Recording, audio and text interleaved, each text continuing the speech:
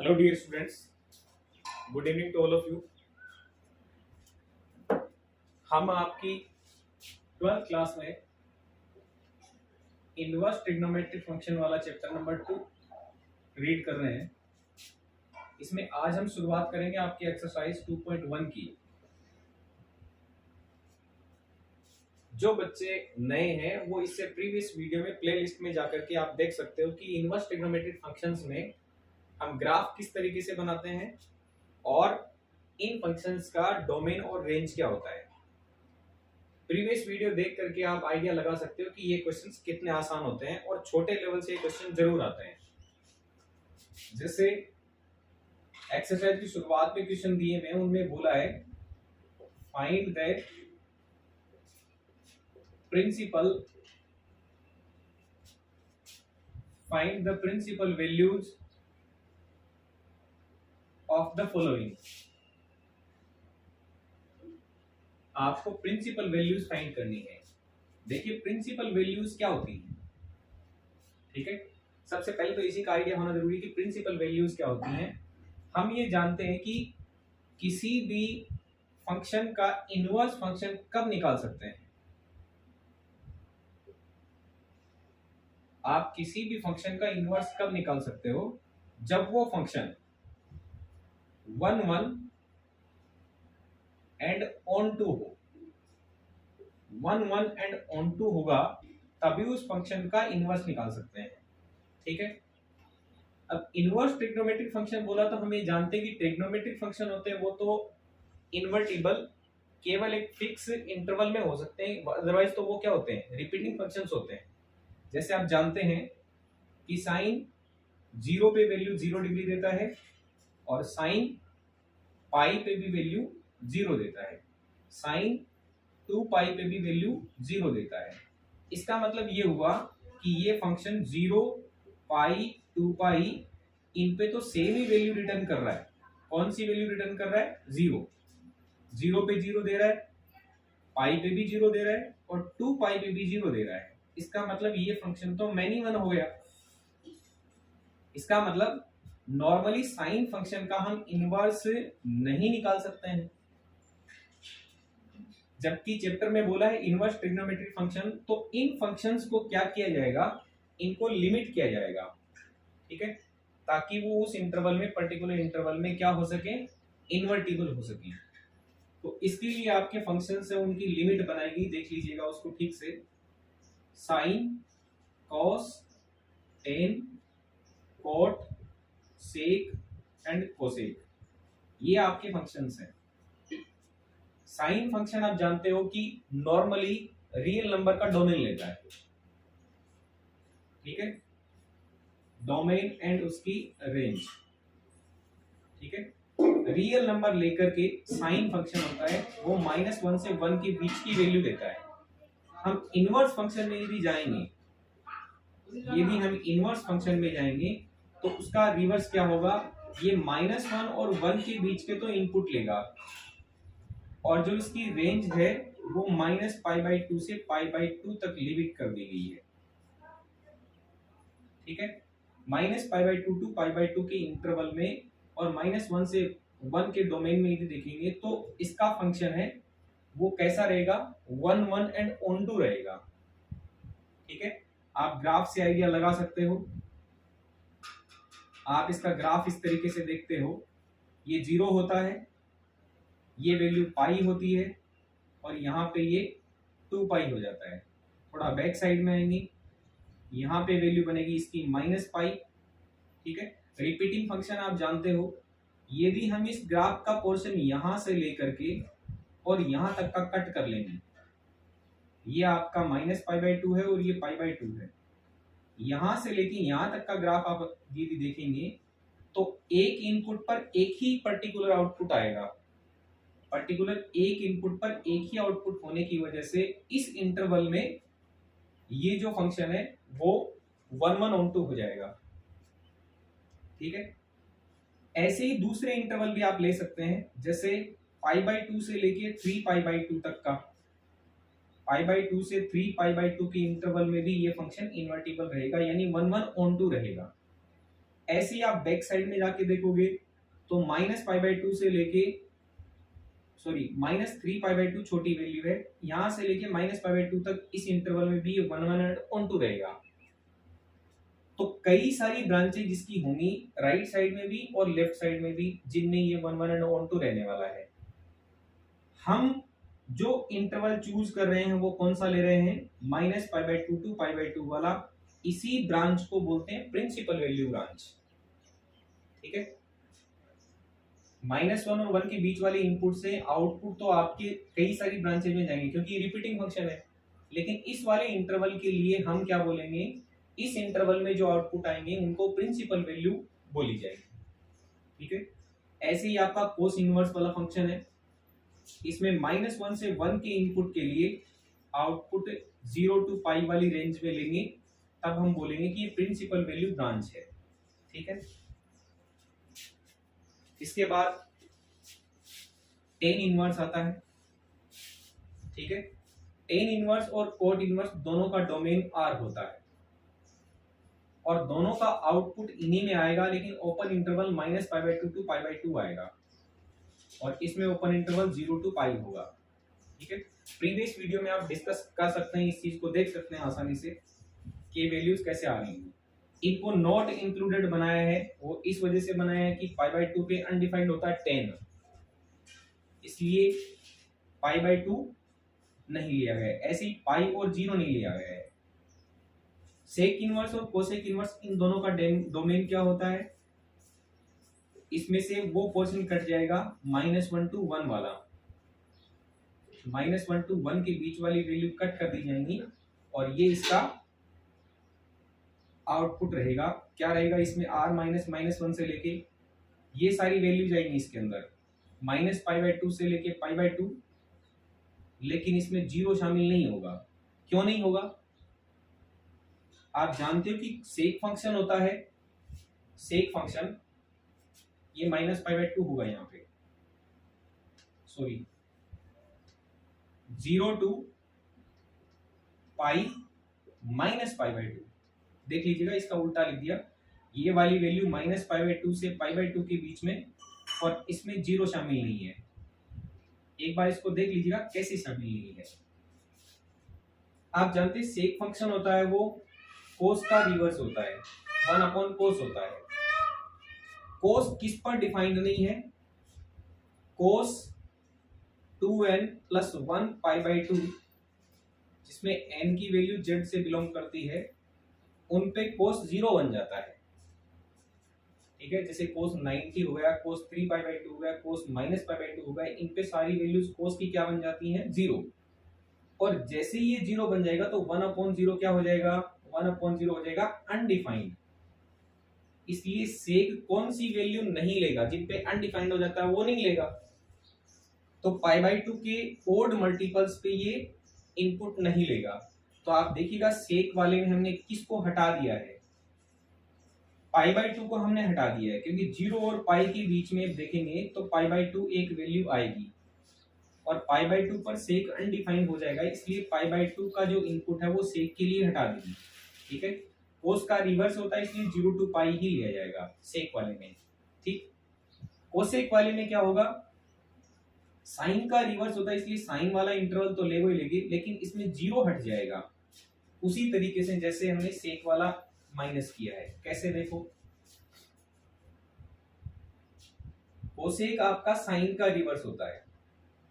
अब साइन 0 जहां पे होगा वहां पे कोस अनडिफाइंड हो जाएगा, और आप जानते हो कि n पाई पे क्या हो जाता है, साइन n पाई पे 0 हो जाता है, जहां से n बिलोंग कर रहा है आपका z से।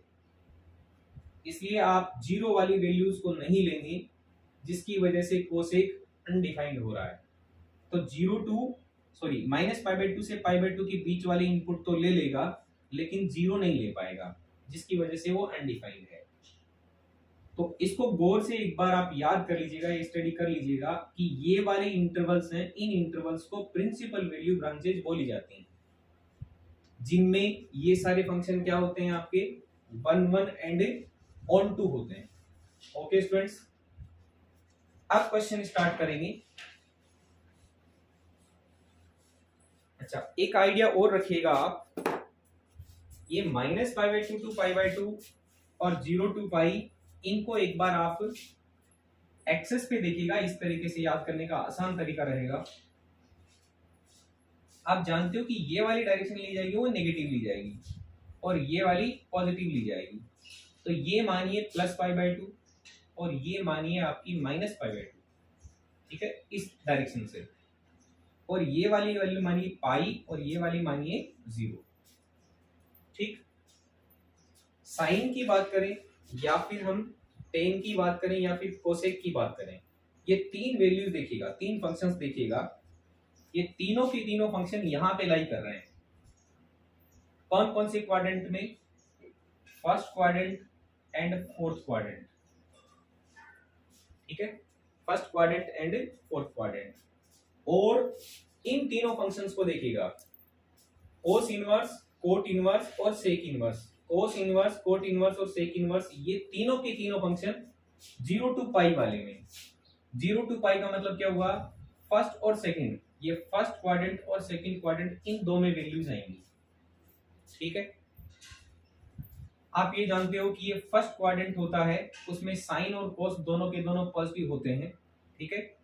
और चूंकि हम इनवर्स फंक्शंस पढ़ रहे हैं तो इसमें भी ये ध्यान रखिएगा, जब भी साइन, टेन और कोसेक, कोस, कोट और सेक सभी का इनपुट पॉजिटिव होगा जब x की वैल्यू 0 होगी या 0 से बड़ी होगी, सॉरी 0 से बड़ी होंगी, यानी पॉजिटिव वैल्यू लोगे तो सारे के सारे जो अपना आउटपुट देंगे वो इसी में देंगे, फर्स्ट क्वाड्रेंट में देंगे, ठीक है। जैसे हमारे क्वेश्चन आएंगे तब हम पढ़ेंगे इसके बारे में। जैसे साइन इनवर्स 1/2 की बात की जाए तो इसका आंसर क्या आएगा, और साइन इनवर्स -1/2 की बात की जाए तो इसका वैल्यू क्या आएगा, ठीक है। यहां देखो इनपुट कैसा है, इनपुट पॉजिटिव है, साइन इनवर्स का इनपुट कैसा है, पॉजिटिव। तो पॉजिटिव वाले का मतलब है फर्स्ट क्वाड्रेंट में वैल्यू आएगी। और आप जानते हो कि साइन फर्स्ट क्वाड्रेंट में 1/2 कितने पे देता है, ये 30 डिग्री पे देता है। इसका मतलब 30 डिग्री का मतलब π/6 वैल्यू आएगी। π/6 वैल्यू कहां पे लाई कर रही है? 0 से π/2 के बिटवीन लाई कर रही है। आप देखेंगे साइन इनवर्स -1/2 को, तो ये नेगेटिव इनपुट ले रहा है। नेगेटिव इनपुट का मतलब हुआ इसका जो आउटपुट आएगा वो -π/2 टू 0 वाले क्वाड्रेंट यानी फोर्थ क्वाड्रेंट में आंसर आएगा। तो इसका आंसर किस तरीके से निकालेंगे? माइनस बाहर लग जाएगा और साइन इनवर्स +1/2 के बराबर ही वैल्यू देगा, यानी -π/6 इसका आंसर होगा। इसी तरीके से हम आगे वाले क्वेश्चंस करेंगे।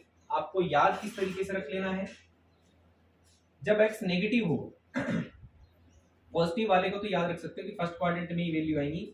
जब नेगेटिव होगा तब साइन इनवर्स यहां मिलेगा, कोसेक इनवर्स यहां मिलेगा और टेन इनवर्स यहां मिलेगा। और इस वाले सेकंड क्वाड्रेंट में जब नेगेटिव होगा तो कोस इनवर्स यहां मिलेगा, सेक इनवर्स यहां मिलेगा और कोट इनवर्स भी यही मिलेगा। कौन से क्वाड्रेंट में? सेकंड क्वाड्रेंट में, ठीक है। सेकंड क्वाड्रेंट का मतलब क्या हुआ? पाई माइनस वैल्यू मिलेंगी। जैसे एक फॉर्मूला बना दिया जाए कि कोस इनवर्स -x के लिए हम क्या करेंगे, यानी मान लो इसको नेगेटिव इनपुट मान लो, तो इसका आंसर आप पढ़ेंगे ऐसे, pi minus cos inverse x। ऐसे ही आप सेक इनवर्स की बात करेंगे, सेक इनवर्स यदि नेगेटिव इनपुट है तो pi minus sec inverse positive input. ऐसे ही आप कोट इनवर्स के लिए याद कर लीजिएगा, कोट इनवर्स -x आएगा आपका pi minus cot inverse x positive में, ठीक है। यदि नेगेटिव इनपुट है तो सारे सेकंड क्वाड्रेंट में जाएंगे, और सेकंड क्वाड्रेंट का मतलब पाई में से कुछ एंगल घटेगा, ठीक है। हम इस तरीके से क्वेश्चंस को टेकल करेंगे। देखिएगा, शुरुआत करते हैं।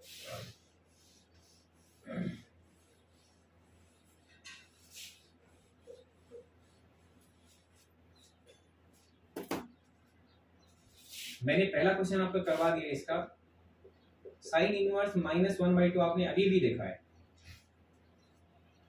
नेगेटिव इनपुट की वजह से इसका जो आउटपुट आने वाला है साइन इनवर्स फंक्शन का, वो आने वाला है आपका फोर्थ क्वाड्रेंट में। तो माइनस बाहर निकाल करके आप साइन इनवर्स प्लस 1/2 लिख सकते हैं। आप इसको इस तरीके से याद रख सकते हैं, sine inverse minus x equal minus of sine inverse x. ठीक है, एक्स यदि नेगेटिव है तो। और साइन इनवर्स हाफ का मतलब क्या होता है, ये π/6 देगा, π/6 क्यों देगा, आप जानते हो कि साइन π/6 की वैल्यू 1/2 होती है। ठीक है, तो इसको डायरेक्ट आप लिख सकते हैं कि इसकी वैल्यू π/6 होगी, माइनस आगे लग जाएगा, या फिर इसको इस तरीके से भी देख सकते हो, माइनस साइन इनवर्स और 1/2 किसके लिए होता है, साइन π/6 के लिए होता है। साइन 30 की वैल्यू 1/2 होती है। ये दोनों फंक्शंस आप जानते हो कि कंपोजिट फंक्शन बन जाता है, तो ये वाले आइडेंटिटी फंक्शंस देते हैं। ठीक है, आप ये जानते हैं कि एफ ओ एफ इनवर्स और F inverse O F composite function में ये दोनों के दोनों आइडेंटिटी फंक्शन बनते हैं। ठीक है, जो इनपुट दिया जाएगा वो का वो आ जाएगा, यानी ये दोनों कोई काम नहीं करेंगे और जो वैल्यू है वो डायरेक्ट आ जाएगी। दोनों कट गई समझो, यानी इनवर्स से ये कट जाएगा तो डायरेक्ट वैल्यू माइनस π/6 आप याद रख सकते हो। ठीक है, ऐसे ही आपका इसका सेकंड पार्ट है। सेकंड पार्ट में इसने वैल्यू दी है cos इनवर्स √3/2। देखिएगा इनपुट कैसा है, cos इनवर्स का इनपुट पॉजिटिव है, और पॉजिटिव वाले में आपको कोई प्रॉब्लम नहीं होती है। पॉजिटिव वाले सारे के सारे किस में जाएंगे, फर्स्ट क्वाड्रेंट में जाएंगे। फर्स्ट क्वाड्रेंट में जाएंगे, इसका मतलब इसका आंसर डायरेक्ट लिख सकते हो आप, cos इनवर्स √3/2 कब वैल्यू देता है, साइन 60 पे देता है और cos 30 पे देता है, तो cos π/6 वैल्यू होगी। आइडेंटिटी फंक्शन की वजह से ये दोनों के दोनों कट आउट हो जाएंगे, π/6 वैल्यू बन जाएगी। ठीक है, थर्ड पार्ट देखते हैं इसी का। कोसेक इनवर्स 2 दिया हुआ है, कोसेक इनवर्स 2 दिया हुआ है। फिर से ये पॉजिटिव इनपुट है, मतलब फर्स्ट क्वाड्रेंट में आउटपुट आएगा, प्रिंसिपल वैल्यू ब्रांच बनेगी, उसके अंदर फर्स्ट क्वाड्रेंट में वैल्यू मिलने वाली है। अब 2 किसके लिए आएगा, साइन का उल्टा होता है, यानी साइन 1/2 देगा तो कोसेक 2 देगा, और आप इस तरीके से लिखेंगे कोसेक इनवर्स कोसेक π/6। साइन 30 पे 1/2 देता है, कोसेक 30 पे 2 देगा, तो ये वैल्यू कोसेक π/6 की होती है। इनवर्स से ये वैल्यू कट गई समझो, तो π/6 टोटल इसका आंसर हो जाएगा। नेक्स्ट दिया हुआ इसका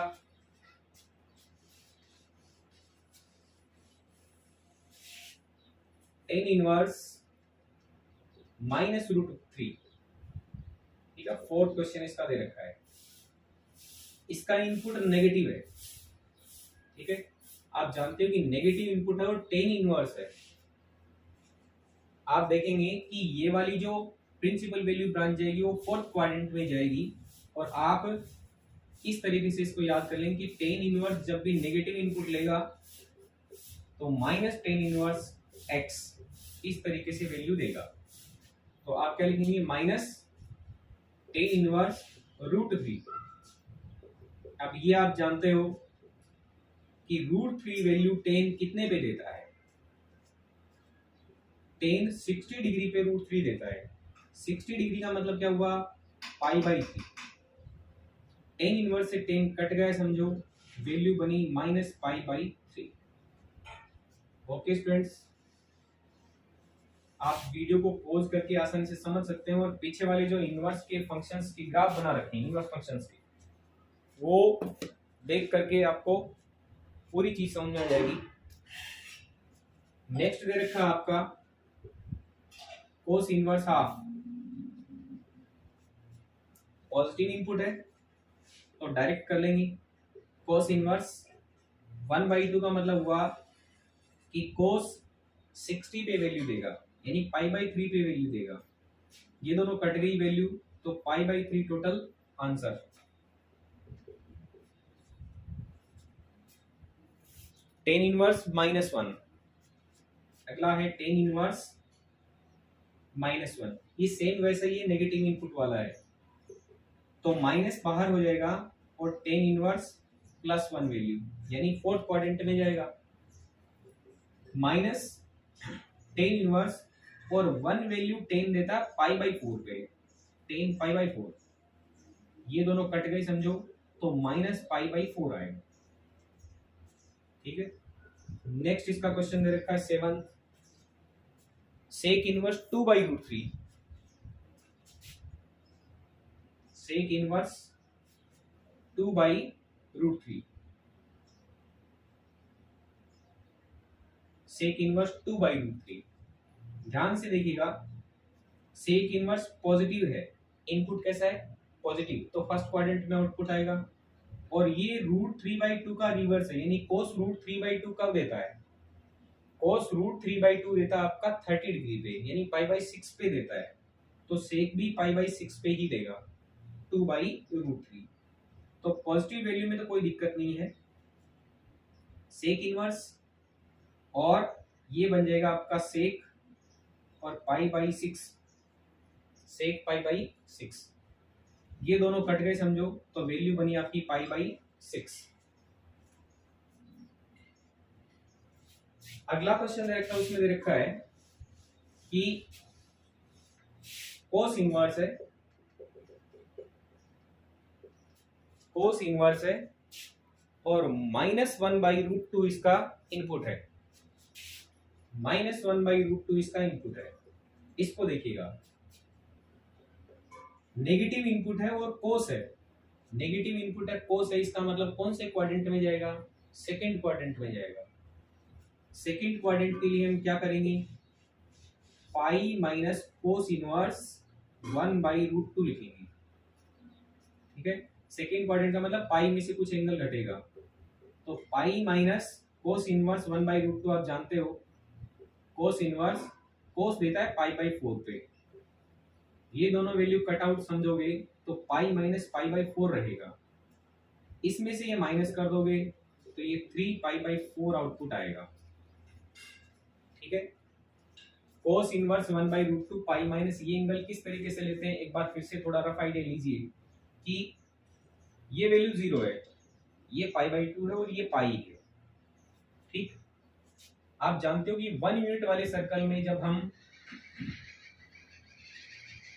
यहाँ पे ट्राइंगल क्रिएट करते हैं, तो उस ट्राइंगल में ये वाला बेस होता है और ये वाला परपेंडिकुलर होता है और 1 यूनिट है। आप यदि 45 डिग्री का एंगल लेंगे, 45 डिग्री का वैल्यू, तो दोनों की दोनों वैल्यू क्या हो जाएंगी, सेम हो जाएंगी। ठीक है, ये दोनों वैल्यू कैसी रहेंगी, सेम रहेंगी, और cos 45 डिग्री यदि आपने लिया है तो उसमें वैल्यू क्या बनने वाली है, ये 1 और ये 1 दोनों की दोनों, तो यहां से 1 का स्क्वायर, 1 का स्क्वायर एंड 2 का स्क्वायर, 1 स्क्वायर प्लस में 1 स्क्वायर, 1 प्लस में 1 यानी 2, और 2 का स्क्वायर रूट, तो ये स्क्वायर रूट 2 आएगा। 45 डिग्री के लिए वैल्यू बनेगी आपकी 1 बाई रूट टू, इसलिए कोस पाई बाई फोर हो गया। सेम का सेम इधर इसकी इमेज बनाओगे तो 45 डिग्री इस साइड जाएगा, कोस नेगेटिव हो जाएगा, तो आप एंगल कौन सा लेंगे, यहां से 45 डिग्री एंगल लोगे तो ये इधर वाला काउंट होगा, यानी यहां से यहां तक का एंगल काउंट करोगे तो 180 में से 45 डिग्री कम कर लो, ये वाला एंगल आपको मिल जाएगा, मतलब pi minus pi by four, इसलिए एंगल 3 पाई बाई फोर होगा। ओके स्टूडेंट्स, ये आपके क्वेश्चंस थे। अगले वीडियो में हम दूसरे इसके आगे वाले जो क्वेश्चंस हैं उनको डिस्कस और करने वाले हैं। Thank you very much.